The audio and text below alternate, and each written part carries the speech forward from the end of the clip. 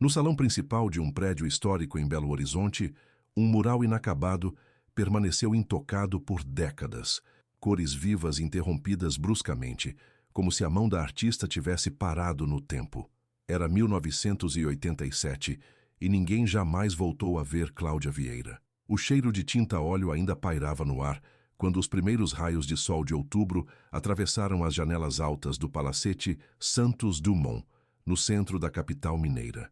Cláudia havia chegado cedo naquela terça-feira, 13 de outubro, carregando sua habitual sacola de couro desgastado repleta de pincéis, tubos de tinta e pequenos frascos de solvente.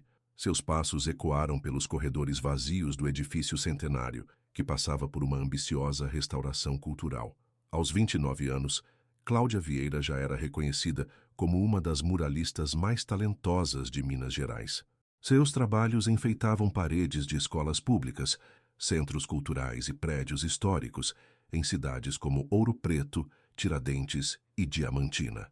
Ela tinha uma assinatura inconfundível, paisagens que misturavam o barroco colonial com elementos modernos, criando pontes visuais entre passado e presente. O convite para trabalhar no Palacete Santos Dumont chegou em setembro, através da Fundação Municipal de Arte. O projeto era ambicioso. Além de restaurar os murais originais do século XIX, Cláudia deveria criar uma nova obra no salão principal, uma representação da história de Belo Horizonte desde sua fundação até os anos 1980. Ela estava empolgadíssima com esse trabalho. Lembrou anos depois Beatriz Carneiro, sua melhor amiga e também artista. Falava que seria sua obra-prima, que finalmente teria a chance de criar algo realmente grandioso. Cláudia havia se mudado temporariamente para um pequeno apartamento alugado na Rua da Bahia, a poucos quarteirões do Palacete. Todas as manhãs, pontualmente às 7h30, ela atravessava o centro da cidade com sua sacola de materiais, cumprimentando os comerciantes que já a conheciam pelo nome. Naquela manhã de outubro, vestia sua roupa de trabalho habitual, uma blusa branca de algodão já manchada de tinta, calça jeans desbotada e tênis confortáveis. Seus cabelos castanhos estavam presos em um rabo de cavalo frouxo e pequenas gotas de tinta azul salpicavam suas mãos, vestígios do trabalho do dia anterior. O mural que Cláudia estava criando ocupava quase toda a parede oeste do salão principal. Nas semanas anteriores, ela havia esboçado a composição. Na parte inferior, as montanhas que cercam Belo Horizonte se erguiam em tons de verde e ocre. No centro, a cidade planejada tomava forma com suas avenidas retas e praças simétricas. No alto, o céu se abria em um azul profundo, onde pequenos aviões remetiam ao sonho de Santos Dumont. Ela trabalhava sozinha na maior parte do tempo, relatou o zelador Antônio Ferreira, que cuidava do prédio durante a reforma. Às vezes eu subia para ver como estava ficando. Era um trabalho lindo, muito bonito mesmo. Ela tinha uma paixão especial por aquela parede. Os outros funcionários da obra, pedreiros, eletricistas e carpinteiros, trabalhavam principalmente nos andares superiores, deixando o térreo livre para que Cláudia pudesse se concentrar em sua arte. O barulho das reformas ecoava pelo prédio, mas no salão principal reinava uma atmosfera quase contemplativa. Naquele 13 de outubro, Cláudia estava finalizando os detalhes da parte central do mural. Os primeiros edifícios da cidade, com suas fachadas ecléticas e ornamentos detalhados. Ela havia trazido uma nova seleção de pincéis finos, especiais para os acabamentos, e uma lata recém-aberta de tinta dourada que usaria nos detalhes das cúpulas e ornamentos. Por volta das 9 da manhã, Antônio a viu pela última vez, concentrada em pintar uma pequena janela na fachada de um sobrado colonial. Ela havia montado seu andaime portátil na altura ideal e trabalhava com a precisão de quem dominava completamente sua técnica. "Bom dia, dona Cláudia", cumprimentou o zelador ao passar pelo salão. "Bom dia, seu Antônio. Hoje vai ser um dia produtivo", respondeu ela, sem tirar os olhos da parede. "Acho que consigo terminar esta sessão até o final da semana." Foram as últimas palavras que alguém ouviria de Cláudia Vieira. Quando Antônio desceu para o almoço, por volta do meio-dia, notou que a música do pequeno rádio de pilha que Cláudia sempre levava havia parado. Estranhou, pois ela costumava trabalhar ouvindo MPB o dia inteiro. Mas como ainda havia barulho da obra nos andares superiores, não deu muita atenção. Foi apenas às 17 horas, quando a obra parou e o silêncio tomou conta do prédio, que Antônio percebeu algo errado. A sacola de materiais de Cláudia ainda estava no salão. Os pincéis estavam dispostos sobre o jornal como sempre, mas ela havia desaparecido. A descoberta do desaparecimento de Cláudia Vieira espalhou-se pela comunidade artística de Belo Horizonte como uma mancha de tinta sobre papel absorvente, rapidamente, deixando marcas que não se apagavam. Beatriz Carneiro recebeu o telefonema de Antônio por volta das 18h30. Dona Beatriz, a senhora não sabe onde está a dona Cláudia. Ela sumiu daqui e deixou tudo para trás. A voz do zelador tremia, misturando preocupação e desconcerto. Quando Beatriz chegou ao Palacete Santos Dumont, acompanhada de outros amigos artistas, encontrou uma cena que a perturbou profundamente. A sacola de couro de Cláudia estava aberta sobre uma mesa improvisada. Seus pincéis favoritos, aqueles de pelo de Marta que ela havia trazido de uma viagem a São Paulo, estavam limpos e organizados. A paleta de vidro ainda guardava restos de tinta fresca, com pequenas montanhas de cores que jamais seriam misturadas.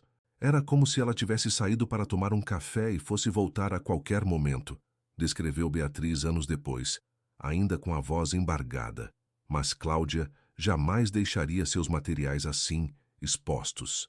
Ela era meticulosa, guardava tudo religiosamente no final de cada dia. O mais inquietante era o próprio mural. Na parede, uma pequena janela colonial estava pela metade. Metade pintada com a tinta dourada, metade apenas esboçada a lápis. Era como se o pincel tivesse sido abandonado no meio de uma pincelada. A polícia foi acionada ainda naquela noite. O investigador Marcos Toledo, veterano da Delegacia de Pessoas Desaparecidas, chegou ao local por volta das 20 horas. Sua experiência lhe dizia que casos envolvendo artistas tinham particularidades próprias, pessoas criativas, às vezes impulsivas, que podiam tomar decisões inesperadas. Primeira coisa que verificamos foram as hipóteses mais óbvias, relembrou Toledo em uma entrevista anos mais tarde. Problemas pessoais, dívidas, relacionamentos conturbados, mas com a Cláudia, nada disso se encaixava. A investigação inicial revelou que Cláudia levava uma vida simples e estável. Morava sozinha em um apartamento no bairro Funcionários há 4 anos. Pagava suas contas em dia, mantinha relacionamentos saudáveis com amigos e família. Não tinha inimigos conhecidos, nem problemas financeiros graves. Sua mãe, Dona Carmen Vieira, de 63 anos, foi ouvida no dia seguinte. Viúva desde 1983, ela mantinha contato diário com a filha. Cláudia me ligava toda noite, sem falta. Na segunda-feira, 12 de outubro, conversamos normalmente. Ela estava animada com o trabalho, disse que estava ficando lindo. A família de Cláudia se mobilizou imediatamente. Seus 2 irmãos, Paulo e Renato, abandonaram seus trabalhos para se dedicar integralmente às buscas. Cartazes com sua foto foram colados em pontos de ônibus, padarias, farmácias e lojas por todo o centro de Belo Horizonte. Procura-se Cláudia Vieira, dizia o texto, ao lado de uma foto onde ela sorria com os cabelos ao vento e uma mancha de tinta vermelha na bochecha. 29 anos, pintora. Desapareceu em 13 de outubro. Qualquer informação, contatar a família. As primeiras semanas trouxeram uma enxurrada de pistas falsas e avistamentos que não levavam a lugar algum. Uma funcionária de uma lanchonete na Rua dos Carijós jurou tê-la visto na manhã do dia 14, comprando um pão de açúcar e um café com leite. Um taxista alegou ter levado uma mulher parecida com ela para a rodoviária. Um segurança de um banco relatou ter visto alguém muito semelhante entrando em uma agência na região metropolitana. Todas as pistas foram investigadas meticulosamente. Todas se mostraram falsas. A comunidade artística de Belo Horizonte se uniu em torno do caso.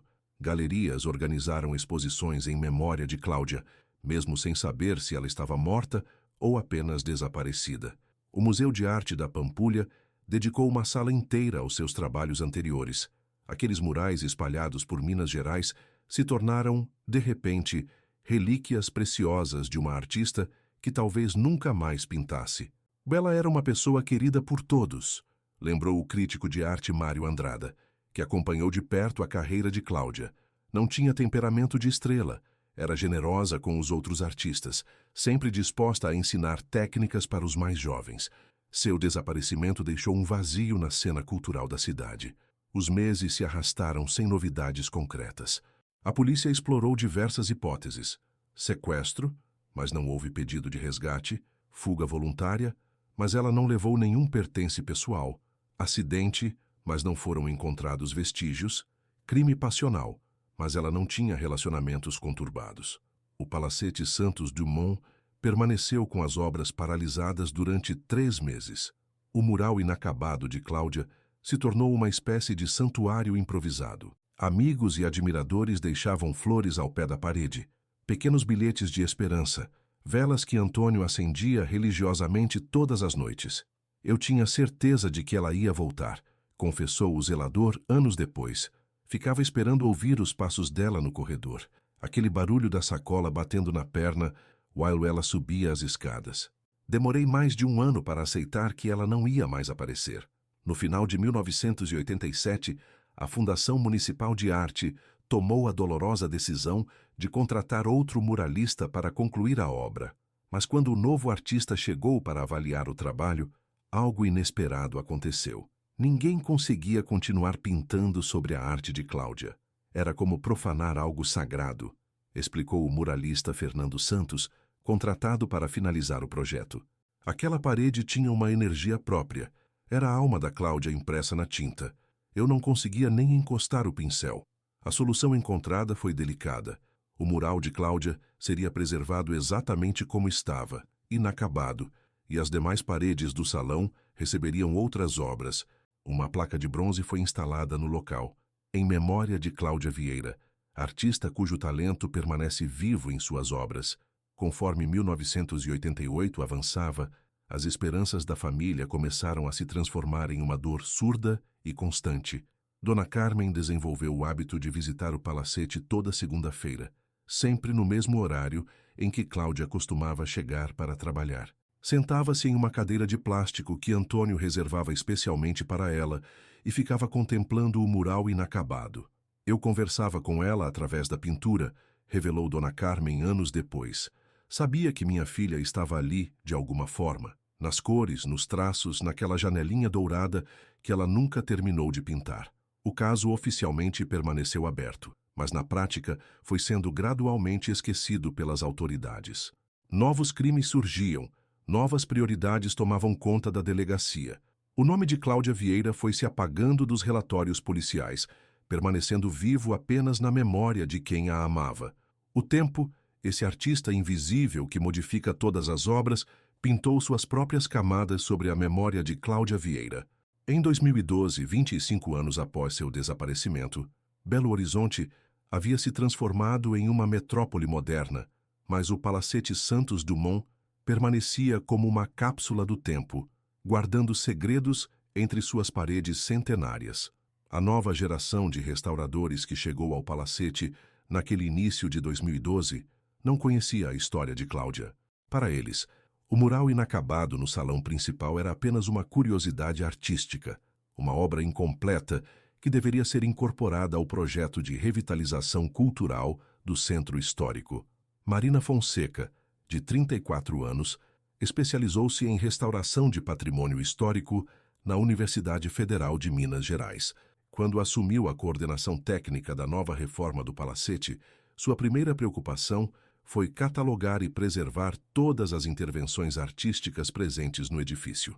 Encontramos uma documentação muito precária sobre os trabalhos anteriores, explicou Marina. Havia apenas algumas fichas básicas e uma placa de bronze mencionando uma artista chamada Cláudia Vieira. Ninguém soube me dar detalhes sobre quem ela era ou o que havia acontecido com seu trabalho. A equipe de restauração incluía especialistas em diferentes áreas: conservadores de pintura, arquitetos, historiadores da arte e técnicos em patrimônio. Todos ficaram impressionados com a qualidade técnica do mural inacabado. As cores haviam se mantido vivas, os traços eram precisos e a composição revelava um domínio admirável da técnica muralista. Era intrigante, descreveu o conservador Roberto Almeida. Uma obra claramente interrompida no meio do processo, mas com uma qualidade excepcional. Parecia que a artista havia saído para buscar mais tinta e voltaria a qualquer momento para continuar. Durante os primeiros meses de 2012, a equipe trabalhou na restauração de outras seções do palacete. O mural de Cláudia foi isolado com proteções especiais para evitar danos durante as obras. Mas foi em maio, quando começaram a trabalhar especificamente na parede onde estava a pintura, que fizeram uma descoberta intrigante. Análises técnicas com equipamentos de ultrassom revelaram uma anomalia estrutural atrás do mural. Havia um espaço vazio, como se existisse uma pequena câmara oculta entre as paredes. Os mapas arquitetônicos originais do palacete não indicavam nenhuma construção desse tipo na área.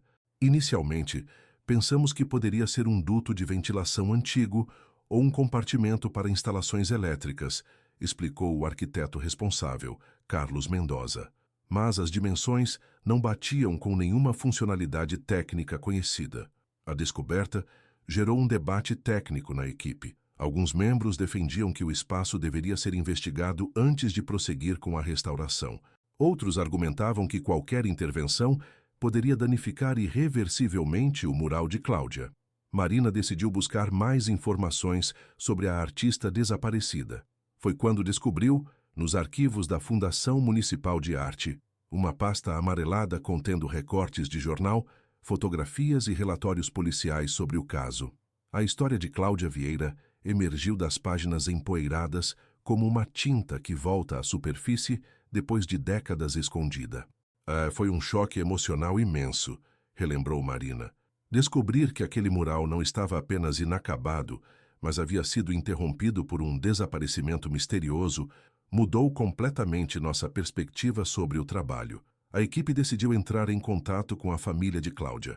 Dona Carmen, então com 88 anos, ainda vivia em Belo Horizonte, cuidada pelo filho Paulo. Quando Marina ligou para explicar sobre a nova restauração e a anomalia encontrada na parede, houve um longo silêncio do outro lado da linha. Minha filha sempre está comigo, disse Dona Carmen, com a voz frágil, mas firme. Eu sentia que ela não havia ido embora de verdade. Talvez vocês tenham encontrado onde ela estava este tempo todo. A família autorizou a investigação do espaço oculto, com a condição de que fosse feita com o máximo cuidado para preservar o mural. Em agosto de 2012, uma pequena equipe de especialistas em patrimônio histórico e arqueologia urbana iniciou a delicada operação.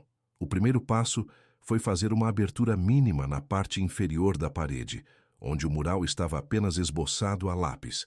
Utilizando equipamentos de fibra ótica, conseguiram inserir uma câmera microscópica para visualizar o interior do espaço oculto. As primeiras imagens foram perturbadoras.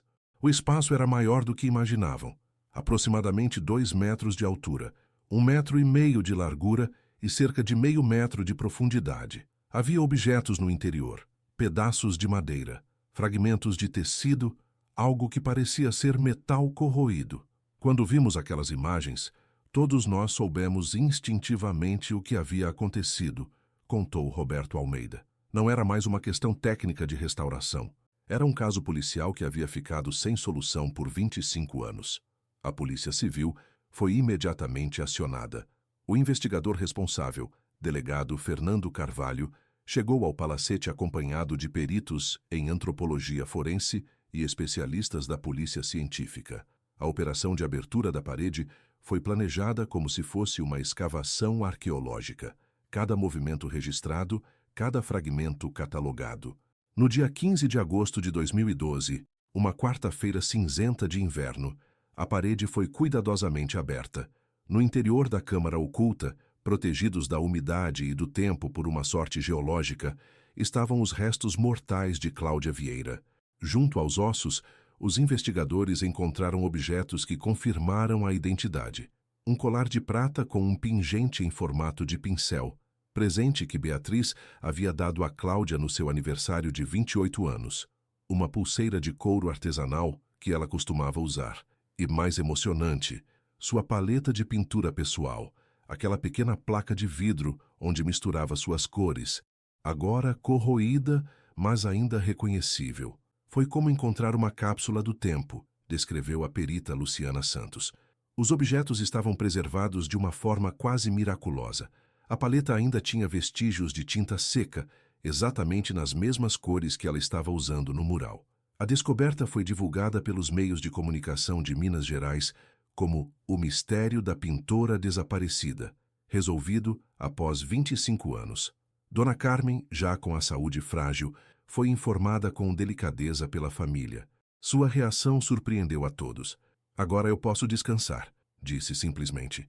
Minha filha estava lá o tempo todo, cuidando da obra dela. Ela nunca abandonou a pintura. A investigação que se seguiu à descoberta dos restos mortais de Cláudia Vieira revelou uma tragédia que havia permanecido oculta por 25 anos, como uma tinta que demora décadas para secar completamente. Os laudos periciais e a reconstrução minuciosa dos eventos daquele 13 de outubro de 1987 mostraram que a verdade, às vezes, é mais simples e mais trágica do que qualquer teoria conspiratória. O delegado Fernando Carvalho coordenou uma equipe multidisciplinar para investigar o caso. Além dos peritos da Polícia Científica, foram convocados engenheiros estruturais, arquitetos especializados em patrimônio histórico e até mesmo um consultor em técnicas de pintura mural da época. Nossa primeira tarefa foi entender como aquele espaço se formou, explicou Carvalho.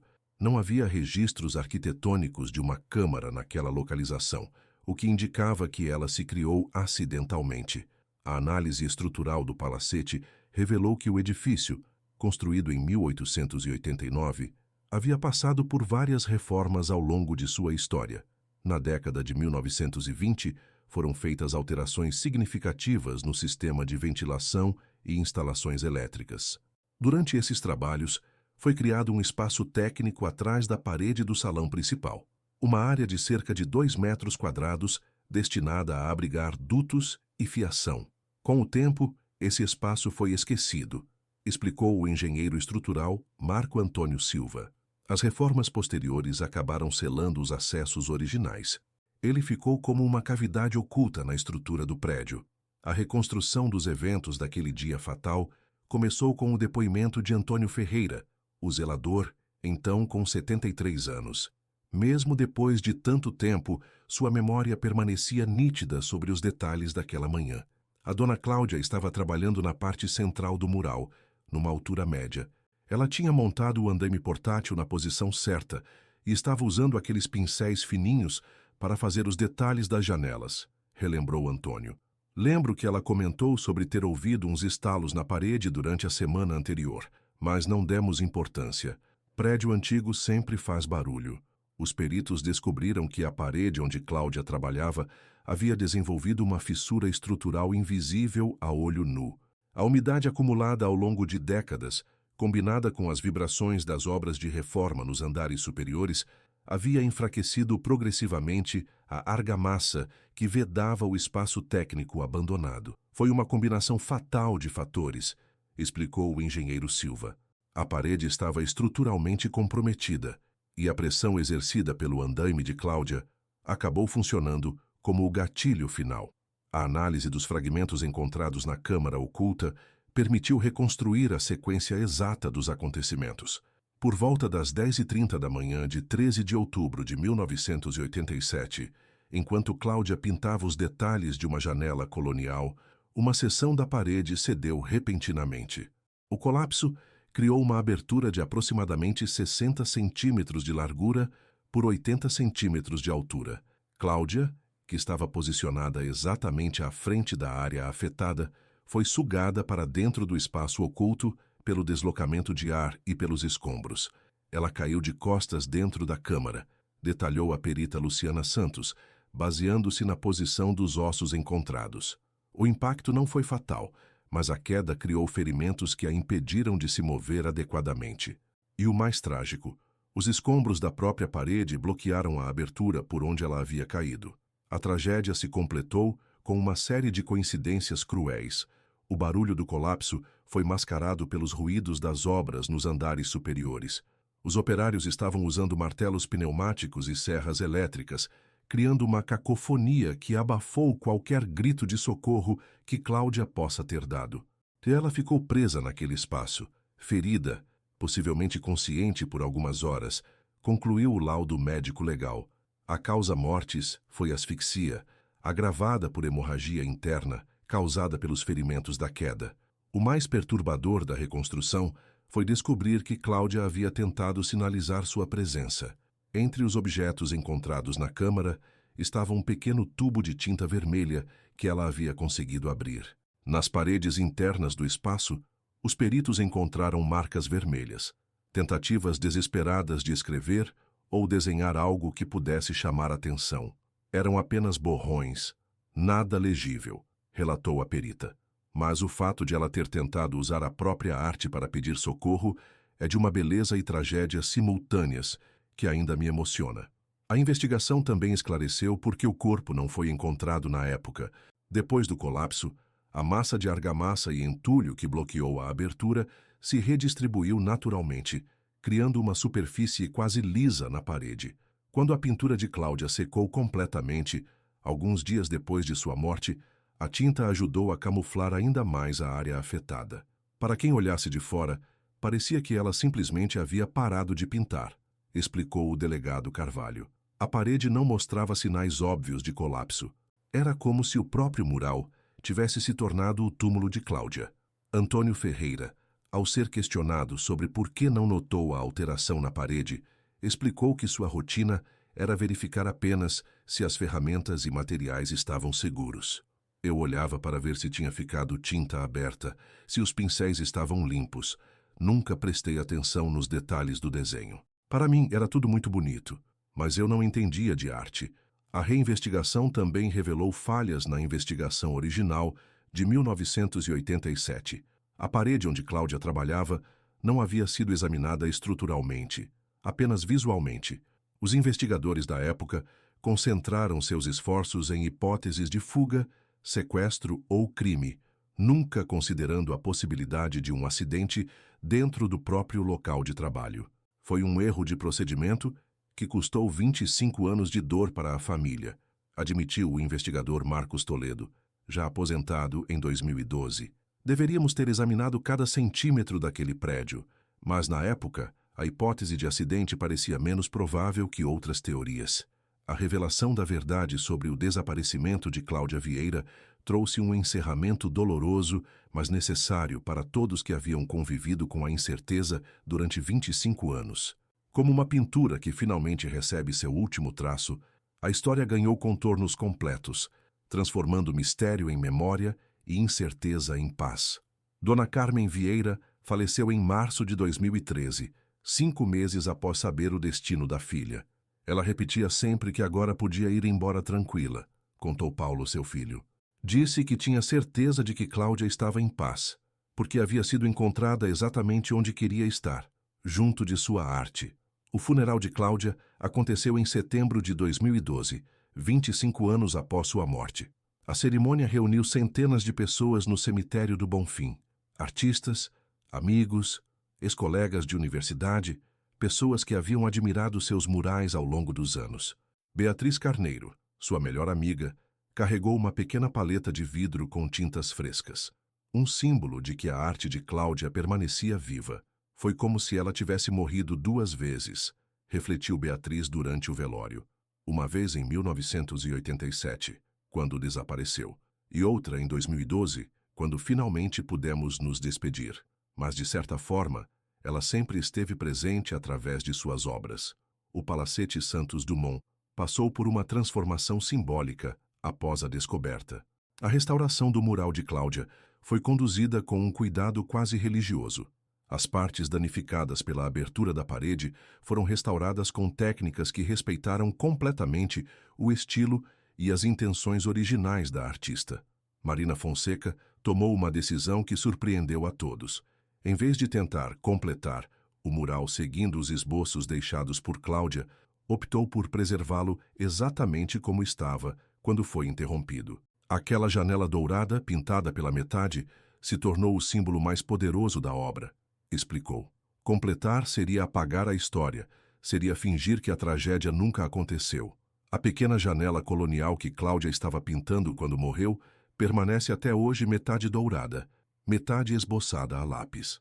tornou-se um dos pontos mais fotografados do palacete, um memorial involuntário que fala mais sobre a fragilidade da vida do que qualquer placa comemorativa poderia expressar. A investigação final trouxe mudanças práticas importantes. A Prefeitura de Belo Horizonte implementou novos protocolos de segurança para obras em prédios históricos, incluindo inspeções estruturais obrigatórias antes de qualquer intervenção artística. O caso de Cláudia virou estudo obrigatório em cursos de restauração e patrimônio histórico em universidades mineiras. Ela salvou outras vidas com sua morte, observou o engenheiro Marco Antônio Silva. As normas criadas após a descoberta de seu corpo já evitaram pelo menos 3 acidentes similares em outras obras de restauração na capital. Beatriz Carneiro organizou, em 2013, uma exposição itinerante chamada Cláudia Vieira, a Arte Interrompida. A mostra percorreu cidades onde a artista havia deixado murais: Ouro Preto, Tiradentes, Diamantina, Sabará. Em cada local, a exposição revelava não apenas o talento de Cláudia, mas também a história de seu desaparecimento e descoberta.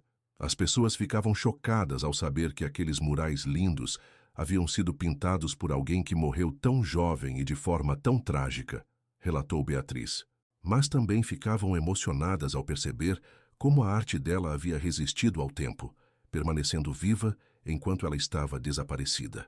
A paleta de pintura encontrada na câmara oculta foi restaurada e se tornou peça central do memorial permanente criado no Palacete Santos Dumont.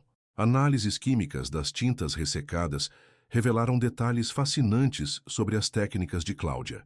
Ela misturava pigmentos tradicionais com materiais locais, criando tonalidades únicas que explicavam a durabilidade excepcional de seus murais. Ela era uma inovadora técnica, descobriu o especialista em conservação Roberto Almeida. Usava terra de diferentes regiões de Minas Gerais para criar variações cromáticas. Seus verdes vinham de óxido de ferro de Itabira, seus ocres tinham argila de Ouro Preto. Ela pintava com a própria essência geológica do estado. O túmulo de Cláudia no cemitério do Bonfim se tornou um local de peregrinação silenciosa para artistas iniciantes. Jovens pintores deixam flores, pequenos desenhos e tubos de tinta como oferendas. Uma tradição se estabeleceu.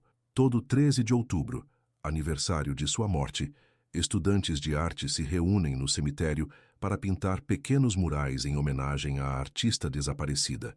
Paulo Vieira, irmão de Cláudia, guardou todos os pertences pessoais da irmã durante os 25 anos de incerteza. Após o funeral, decidiu doar a maior parte do acervo para o Museu de Arte de Belo Horizonte. Entre os itens doados estavam dezenas de esboços, estudos preparatórios e pequenas telas que Cláudia pintava em casa, nas horas vagas. Descobrimos que ela tinha muito mais material do que imaginávamos, contou Paulo. Havia toda uma produção pessoal que ninguém conhecia. Retratos da família, paisagens urbanas, estudos de luz e sombra. Era como se tivéssemos encontrado uma segunda artista dentro da Cláudia que conhecíamos. O mural inacabado do Palacete Santos Dumont foi tombado pelo Instituto Estadual do Patrimônio Histórico e Artístico de Minas Gerais em 2014. A justificativa oficial mencionava não apenas o valor artístico da obra, mas também sua importância como documento histórico de uma tragédia que modificou os protocolos de segurança em patrimônio cultural. Antônio Ferreira, o zelador que foi a última pessoa a ver Cláudia viva, continuou trabalhando no Palacete até sua aposentadoria em 2015.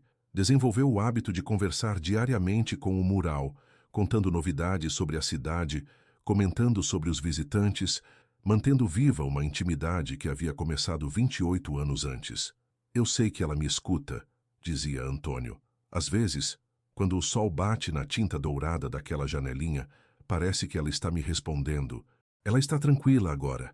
Pode continuar pintando do lado de lá. A história de Cláudia Vieira se tornou lenda urbana em Belo Horizonte, mas uma lenda baseada em fatos reais, documentados, comprovados. Guias turísticos incluíram o Palacete Santos Dumont em roteiros culturais, sempre mencionando a pintora que se tornou parte de sua própria obra.